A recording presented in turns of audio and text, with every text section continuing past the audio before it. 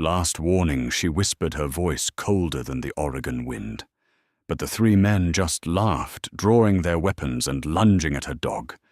They thought she was just a helpless hiker with a mutt. They were wrong. That dog was a retired Navy SEAL. And so was she.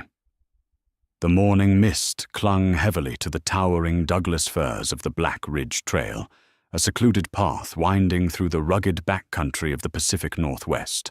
For 32-year-old Sarah Jenkins, the isolation wasn't a risk. It was a remedy. Walking at her left heel, his gait perfectly synchronized with hers, was Zeus. To the untrained eye, Zeus was just a large, handsome Belgian Malinois with a coat the color of burnt mahogany. But a closer look revealed the jagged white scar cutting across his left shoulder, a souvenir from a fragmented mortar shell in a compound outside of Jalalabad. Zeus wasn't a pet.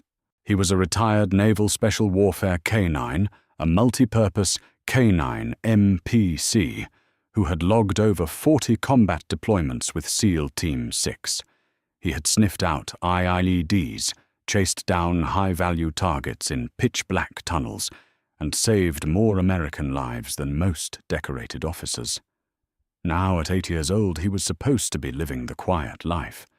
Sarah, too, was supposed to be leaving the war behind. Officially on paper, Sarah was listed as a civilian contractor and a behavioral specialist for military working dogs.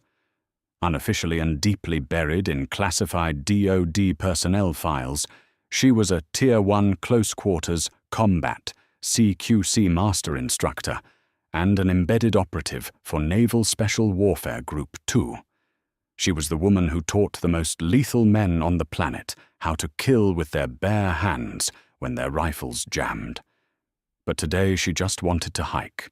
She wore a simple grey Arc'teryx fleece, worn-in hiking boots, and a ball cap pulled low over her eyes.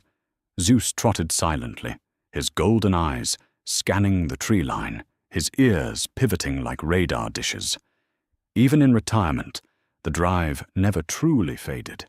The trail was completely empty, exactly how Sarah liked it. That was until they crested a steep incline and found their path completely blocked. Parked horizontally across the narrow dirt trail, crushing a patch of delicate ferns, was a rusted, lifted Chevy Silverado. The engine was off, but the smell of cheap tobacco and stale beer permeated the crisp mountain air. Sitting on the tailgate and leaning against the truck's bed were 3 men. They didn't look like hikers. They wore heavy work boots, stained denim, and oversized jackets. The man in the center, who seemed to be the ringleader, was broad-shouldered, with a thick, unkempt beard and a dark tribal tattoo creeping up his neck. This was Derek Caldwell, a local mechanic whose rap sheet for aggravated assault and meth distribution was longer than the trail itself. Flanking him were his 2 enforcers, Greg Hodges, a wire-thin man with twitchy, nervous energy, and Billy Ford, a heavy-set brawler gripping an aluminum baseball bat like a walking stick. Sarah didn't break her stride, but her posture subtly shifted. Her shoulders dropped a fraction of an inch, her center of gravity settling. Beside her, Zeus's body went rigid. The hair on the back of his neck didn't stand up. He didn't posture or growl like a normal dog. Instead, he went completely unnervingly still, locking his eyes onto Derek. It was the terrifying, disciplined focus of a predator calculating a strike. "Morning," Sarah said, her voice neutral, projecting just enough to be heard over the rustling leaves. "Mind sliding the truck forward a few feet? We just need to pass." Derek spat a dark stream of chewing tobacco into the dirt, his eyes dragging slowly up and down Sarah's athletic frame before settling on the Malinois. A nasty, crooked smile spread across his face. "Trail's closed, sweetheart." Derek rumbled his voice, thick with gravel and arrogance. "Private party. You and the mutt are going to have to turn around." "This is state park land," Sarah replied calmly, keeping a steady distance of 15 feet, the exact reactionary gap she preferred. "It's a public trail." "It's whatever I say it is," Derek countered, hopping off the tailgate. Greg and Billy immediately straightened up, sensing the shift in their leader's mood. "And right now I say it's closed, unless of course you want to pay a toll." Sarah sighed softly. It wasn't a sigh of fear, it was a sigh of profound exhaustion. She had spent a decade dealing with warlords, insurgents, and the most dangerous men in the Middle East. The sheer mundane entitlement of 3 backcountry thugs was more annoying than intimidating. "Look," Sarah said, keeping her tone completely flat. "I don't want any trouble. Just let us walk by and we'll pretend we never saw you." Billy chuckled, tapping the aluminum bat against his boot. "She don't want no trouble, Derek. Ain't that sweet?" "Real sweet," Derek sneered, taking 2 steps forward. As he moved, Zeus let out a sound, not a bark, but a low, vibrating hum deep in his chest. It sounded like an idling chainsaw. Derek stopped, his eyes narrowing at the dog. "That's a nice-looking animal. Good muscle on him. Probably worth a few grand to the right fighting ring. Leave the dog here, empty your pockets, and maybe I let you walk back down the mountain with your teeth." Sarah's eyes went cold. The air temperature seemed to drop 10 degrees. The moment Derek mentioned taking Zeus, the encounter fundamentally shifted. This was no longer a dispute over a trail. It was a threat to her family. "I'm going to give you one chance," Sarah said. Her voice had lost all conversational warmth. It was now precise, measured, and entirely devoid of emotion. "Get in your truck, turn it on, and drive away." Greg burst out laughing. "Or what bitch you gonna let the dog off the leash? I got a 6-inch blade in my pocket that says I'll gut him before he gets his teeth in me." Zeus's ears pinned flat against his skull. He looked up at Sarah, waiting for a single word. A simple command, fast bite, and Zeus would turn Greg into a statistic. But Sarah didn't want the dog dealing with armed men if she could help it. Zeus had taken a bullet for his country already. She wasn't about to let him take a knife for 3 meth heads in Oregon. "Stay," Sarah whispered to Zeus. The dog instantly sat a statue of pure contained violence, trembling slightly with adrenaline. Sarah took a half-step forward, placing herself squarely between the dog and the 3 men. "Last warning," she said. Derek's face twisted into an ugly sneer. His ego, fragile and fueled by the presence of his cronies, couldn't handle being talked down to by a lone woman in the woods. "Take the dog," Derek snapped, pointing at Zeus. "If she gets in the way, break her jaw." Billy didn't hesitate. Gripping the aluminum bat with both hands, he lunged forward, swinging in a wide, brutal arc aimed directly at Sarah's ribs, intending to shatter them and clear the path to the dog. He never even saw her move. Sarah didn't flinch away from the swing. She stepped into it. It was a core principle of advanced CQC: close the distance, smother the weapon, eliminate the leverage. She slipped inside the arc of the bat, her left arm shooting up to trap Billy's forearms, while her right hand formed a rigid wedge. With the force of a hydraulic press, the heel of her palm slammed into the soft tissue of Billy's throat. The crack was sickeningly loud in the quiet forest. Billy choked, his eyes bulging, as the bat clattered uselessly to the dirt. Before he could even register the pain of the throat strike, Sarah hooked her right leg behind his knee, grasped his jacket collar, and twisted her hips. The judo throw was flawless, sending the 240-pound man crashing onto his back with bone-rattling force. The wind evacuated his lungs in a violent whoosh, and he lay there gasping and clutching his crushed trachea, completely incapacitated in under 2 seconds. Greg and Derek froze. The arrogant smirks vanished from their faces, replaced by the jarring shock of reality. The transition from peaceful hiker to apex predator had been instantaneous and utterly seamless. "What the hell?" Greg shouted, reaching into his pocket and pulling out a heavy spring-assisted tactical knife. The blade snapped open with a sharp click. Seeing the weapon, Zeus let out a vicious bark, his back paws digging into the dirt, desperate to protect his handler. "Zeus Blabe!" Stay Sarah barked the German combatant sharply, without taking her eyes off the two remaining men. Zeus held his ground, though his jaws snapped at the air in frustration. Greg slashed horizontally, a wild, panicked strike aimed at Sarah's face. Sarah leaned back just enough to let the steel whisper past her nose. As the blade cleared her center line, she surged forward. She didn't try to grab the knife hand, a common amateur mistake. Instead, she parried Greg's forearm with her left hand, violently redirecting the weapon away from her body. Simultaneously, she stepped hard to the outside of his right leg. Her right hand closed into a tight fist, and she delivered a devastating hook punch directly into Greg's floating ribs. The sound of bone snapping echoed off the trees. Greg shrieked, his body instinctively folding inward from the agonizing pain. As he doubled over, Sarah grabbed the back of his head, pulled him downward, and drove her knee squarely into his face. Greg's nose shattered in an explosion of crimson. He dropped the knife and collapsed like a puppet, with its strings cut, entirely unconscious before he hit the ground. 2 down. 4 seconds. Derek stood entirely alone. The color had drained from his face, leaving his tribal tattoo stark against his pale skin. He looked at Billy, who was writhing on the ground, struggling for air, and then at Greg, who was bleeding profusely into the Oregon dirt. His brain struggled to process the math. 3 hardened men against 1 woman and his crew had been dismantled with the cold mechanical efficiency of a wood chipper. Sarah turned to face him. She wasn't breathing heavily. Her heart rate had barely elevated.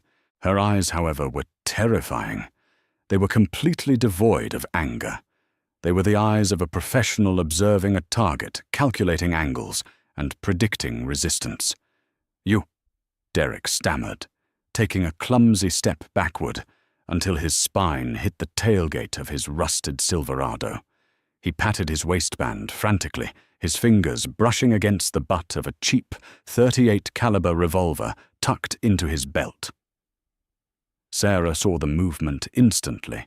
The dynamic of the fight shifted from hand-to-hand compliance to lethal force. "Draw that," Sarah said, her voice dropping to a terrifyingly calm register. "And I won't break your bones. I will end you." Derek's hand hovered over the grip of the gun. He was terrified, running purely on adrenaline and sheer, stupid pride. He looked at the woman, realizing too late that the way she stood, perfectly balanced, completely unafraid of the firearm, meant she had seen worse. Much worse. "You're a cop," he choked out, his hand shaking. "No," Sarah said, taking 1 slow, deliberate step toward him. "I'm the person they send when the cops fail." Derek made his choice. His fingers wrapped around the grip of the revolver, and he began to pull it from his waistband. Sarah didn't shout a warning. She didn't hesitate. "Zeus!" Sarah yelled. "Fass!" The command released the coiled spring. The Belgian Malinois launched himself from a standstill with explosive velocity. 75 pounds of pure muscle and Kevlar-shredding teeth closed the 15-foot gap in a blur of motion. Derek had managed to pull the gun halfway out of his waistband when Zeus hit him. The dog didn't just bite. He executed a textbook kinetic strike. Zeus slammed directly into Derek's chest, his jaws clamping onto the man's right forearm with bone-crushing force. Derek screamed in agony as the gun slipped from his fingers and clattered onto the bed of the truck. The sheer kinetic force of the dog's impact drove Derek backward, sending him tumbling over the tailgate and into the bed of the Silverado. Zeus was on top of him, instantly pinning him down. The dog did not thrash or tear. He wasn't out of control. He held a full-mouth bite on Derek's forearm, locking the limb down his low growl, vibrating through the steel of the truck bed. Derek sobbed, too terrified to move a muscle, feeling the immense pressure of the Malinois' jaws, threatening to snap his radius clean in half. Sarah walked calmly to the side of the truck. She picked up the dropped revolver, checked the cylinder, and quietly slipped it into her own jacket pocket. Then she leaned over the edge of the truck bed, looking down at the crying, defeated gang leader. "I gave you a warning," Sarah said softly. Derek whimpered, not daring to pull his arm away from the dog's mouth. "Please, call him off." "Please." Sarah looked at her watch. "In my experience, guys like you don't learn from a conversation. You learn from consequences." She stepped back from the truck and pulled a small satellite phone from her pocket, preparing to call the state troopers and clean up the mess. But as she dialed the numbers, she noticed something peculiar beneath the crumpled tarp in the bed of the truck, right next to where Derek was pinned. A corner of the tarp had been kicked away during the struggle.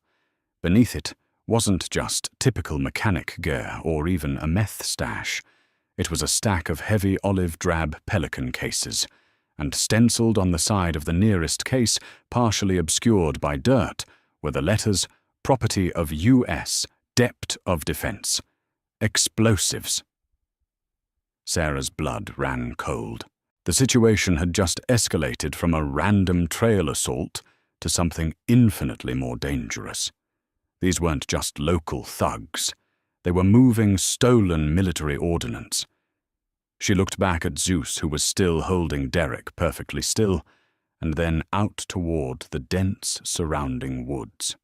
If these men were transporting stolen DOD explosives, they likely weren't working alone. And suddenly, the quiet Oregon Trail didn't feel so isolated anymore. The silence of the Black Ridge Trail was suddenly deafening. Sarah stared at the olive-drab Pelican cases, her mind shifting gears with the terrifying speed of a seasoned operative. The stenciled letters, "Property of U.S. Depth of Defense," were a glaring red flag that this was no longer a random woodland encounter. This was a catastrophic security breach. "Zeus aus!" "Out," Sarah commanded quietly. Zeus instantly released his crushing grip on Derek's forearm, though he didn't back away. He stood over the sobbing gang leader, a low rumble still vibrating in his chest. Derek pulled his mangled, bleeding arm to his chest, hyperventilating. Sarah grabbed Derek by the collar of his denim jacket and hauled him roughly to his knees. She didn't have time for police interrogations. She needed battlefield intelligence. "Look at me," Sarah ordered, her voice cutting through his panic like a scalpel. Derek's tear-filled eyes locked onto hers. "You don't have the brains or the network to raid a DOD armory. You're a mule. Who are you delivering this to, and when?" I don't know his real name." Derek stammered, spittle flying from his lips. "We just call him the broker. We're supposed to meet his security team right here. 10 o'clock. They're paying us 50 grand for the transport." Sarah glanced at her tactical Garmin watch. It was 9:54 a.m. "How many?" Sarah demanded, her grip tightening on his collar. 2 trucks, maybe 6 guys, heavily armed. "Please, lady, you gotta let me go. They'll kill us all if they see a mess here." Sarah dropped him. She reached into her cargo pocket and pulled out a handful of heavy-duty flex cuffs. Working with blinding speed, she bound Derek's hands and ankles, then did the same to the still gasping Billy and the unconscious Greg. She dragged them roughly off the trail and into the dense ferns, hiding them from immediate view. If a heavily armed crew was rolling up in 6 minutes to secure stolen military explosives, a lone woman standing over their battered mules was a dead woman. She needed to fade. "Zeus. Here," Sarah whispered. The Malinois fell into a perfect heel. Sarah sprinted 30 yards back down the trail, looking for an advantageous vantage point. She found it quickly a cluster of massive moss-covered boulders overlooking a sharp switchback in the dirt road. It offered high-ground dense foliage for cover and a clear line of sight to the rusted Silverado. They scrambled up the rocks, settling into the damp pine needles. Zeus Platz! Down. The dog flattened himself against the earth, tucking his paws in. His sandy-brown coat instantly blended into the woodland floor. He was virtually invisible. Sarah lay beside him, withdrawing the cheap .38 revolver she had taken from Derek. She checked the cylinder again. 5 rounds of hollow-point ammunition. It was practically a toy compared to the M4 carbine she was used to, but in the hands of a Tier 1 instructor, any weapon was devastating. At 9:58 a.m., the silence of the woods was broken by the deep, throaty growl of high-performance engines. 2 matte black Chevrolet Suburbans crawled up the steep incline of the trail. The suspension squeaked under the heavy armored paneling. They came to a halt 20 yards from Derek's parked truck. The doors opened simultaneously, and Sarah's blood ran cold. These weren't local street thugs. They moved with a chilling synchronized efficiency. 6 men stepped out, fanning out into a 360-degree tactical perimeter. They wore neutral-colored tactical pants, low-profile plate carriers, and carried suppressed Daniel Defense MK-18 rifles. Sarah instantly recognized the movement patterns. They were checking the tree line, scanning the high ground, keeping their weapons tucked tight to their bodies. This wasn't a cartel or a street gang. These were highly trained private military contractors, rogues. The man who appeared to be the team leader, a tall, broad-shouldered man with a closely cropped silver beard, stepped forward. He slung his rifle and walked toward the bed of the Silverado. "Derek!" The man called out, his voice a calm, authoritative baritone. "We're on a schedule, front and center." When he got no response, the leader's demeanor shifted. He noticed the scuff marks in the dirt. He saw the aluminum bat lying in the brush and the terrifying splatter of Greg's blood on the ground. He didn't panic. He raised a closed fist in the air. Instantly, the other 5 men stopped moving. They raised their rifles, clicking the safeties off. The quiet snick of the selector switches echoed up the hill. "We have a compromised LZ," the leader said, tapping his radio earpiece. "Spread out. Find the local trash. We don't leave without the merchandise. Rules of engagement are weapons free. Kill anything that moves in these woods." Sarah's grip tightened on the .38 revolver. She was outgunned, outnumbered, and outgeared. She had 5 bullets a knife and a dog against 6 men with body armor and suppressed automatic rifles. A normal person would have stayed hidden, praying for the police, but Sarah wasn't a normal person. She was the ghost the Navy sent into the mountains of the Hindu Kush to hunt the hunters. The woods were her element. The shadows were her allies. And these men were standing in her kill box. She looked down at Zeus, trailing a finger gently down the scarred ridge of his spine. "Time to go to work, buddy," she whispered. The mercenary leader, whose name was David Corcoran, a dishonorably discharged Marine Force recon operator, turned gunrunner, pointed a gloved finger into the tree line.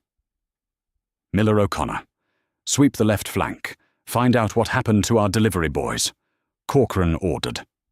2 of the heavily armed men broke off from the group, stepping slowly into the dense Oregon brush.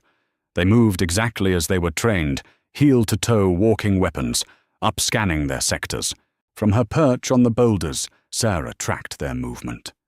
They were good, but they were relying heavily on their optics and their body armor. They were making too much noise in the dry autumn leaves. Sarah slipped the revolver into her pocket and silently drew her fixed-blade karambit knife from its concealed sheath on her belt. She tapped Zeus twice on the shoulder and gave a series of complex hand signals. Flank right. Stay low. Wait for the distraction. Zeus didn't make a sound.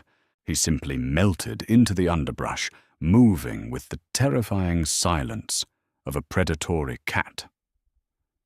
Sarah slid down the back side of the boulder, using the thick trunks of the Douglas firs to mask her descent. She positioned herself behind a massive, rotting oak stump, just 10 feet from the path Miller and O'Connor were taking.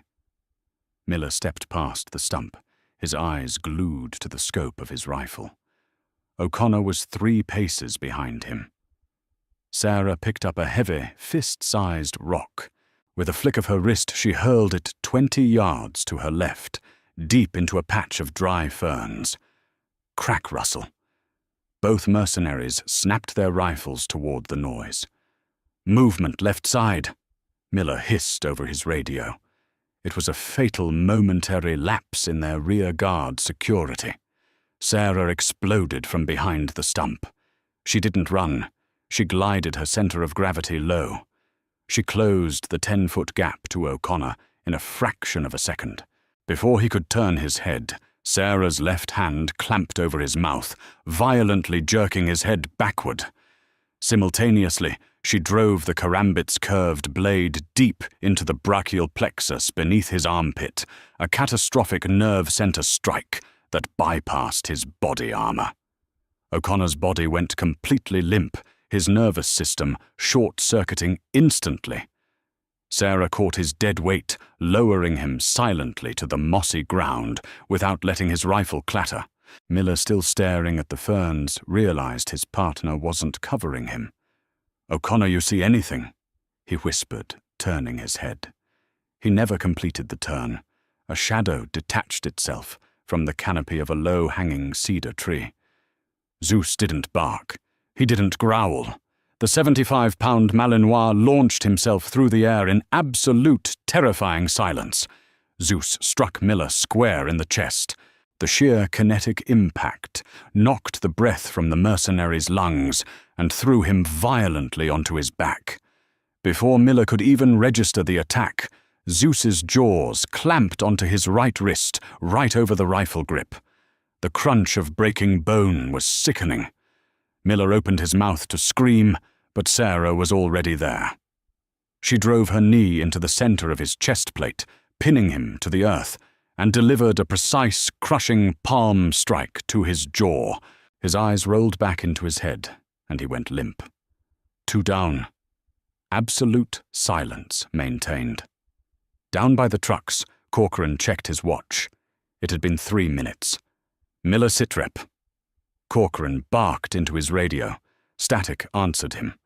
"O'Connor, respond." Nothing. Corcoran's blood ran cold. "Form up," he yelled to his remaining 3 men.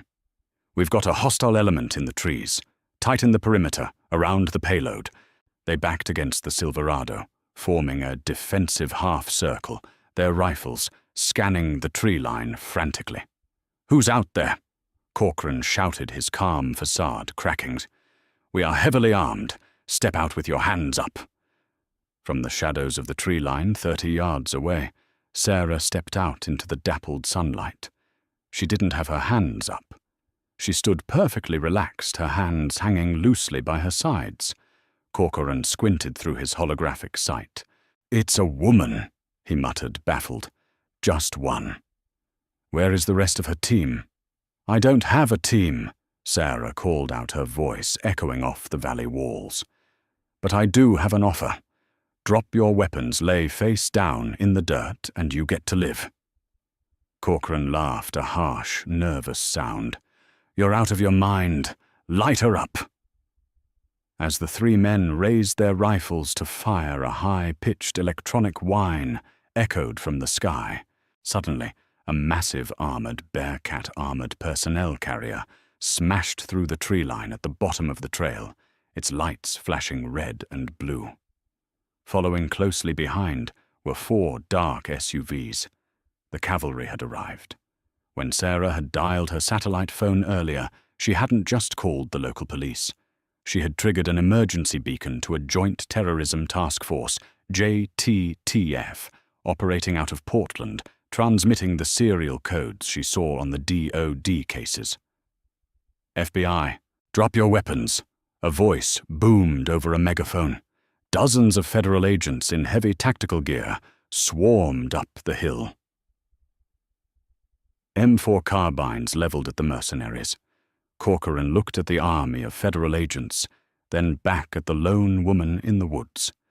He finally understood. She wasn't just a hiker. She was the bait, the trap, and the executioner, all rolled into one. Slowly, utterly defeated, Corcoran lowered his rifle and dropped to his knees. Sarah watched the agents flood the area, securing the mercenaries and uncovering the stolen explosives. She whistled softly. Zeus emerged from the brush, trotting over to her side and sitting proudly at her heel. An FBI tactical commander walked up to Sarah, looking at the unconscious bodies of the thugs in the bushes and the tied-up mercenaries. He lowered his weapon, staring at her with wide eyes. "Ma'am, did you do all this?" the commander asked, bewildered. Sarah reached into her fleece pocket, pulled out a small black leather credential case, and handed it to the commander. He opened it, read the gold-embossed lettering of the Naval Special Warfare Command, and swallowed hard. "Just taking my dog for a walk, Commander," Sarah said softly, clipping a leash back onto Zeus's collar. "The trail should be safe now." She turned and walked back into the dense, misty Oregon woods, the ghost and her wolf fading back into the shadows where they belonged. If this real-life story of tactical survival and the unbreakable bond between a Navy SEAL and her K9 kept you on the edge of your seat, hit that like button. Right now, don't forget to subscribe and ring the bell for more intense, true-to-life survival stories every week. Share this video with someone who loves a badass dog and a brilliant tactical mind. Drop a comment below. How would you have handled this situation? Stay safe, stay vigilant, and see you next time.